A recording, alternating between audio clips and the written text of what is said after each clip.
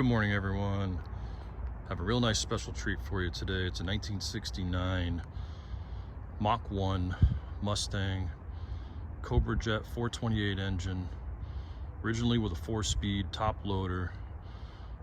We did quite a handful of improvements and repairs for our client with this one.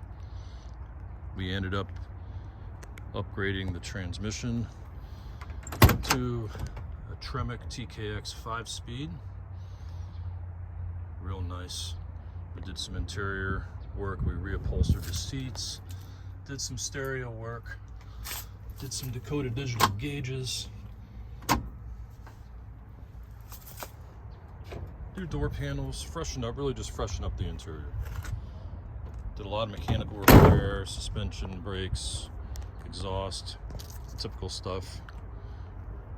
Added some hood locks to the hood of this thing because you really can't lock these things in any way. Came out looking real nice. And crown jewel under here, if I can get it open. The crown jewel is right here under the hood. 428 Cobra Jet engine. We rebuilt it, fitted it with some aluminum metal block headers from JBA. Pretty hot mid-range cam. Thing runs like a dream. A lot more power than stock. You see the hydraulic clutch, master cylinder there. Real tight fit. The headers and everything especially, wow, it was really tight. Upgraded the cooling system. Nice aluminum radiator. Rewired the entire car.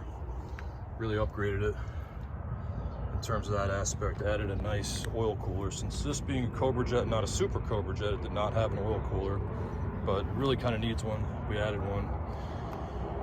Did a lot of polishing and touch up on the paint. Did not paint it.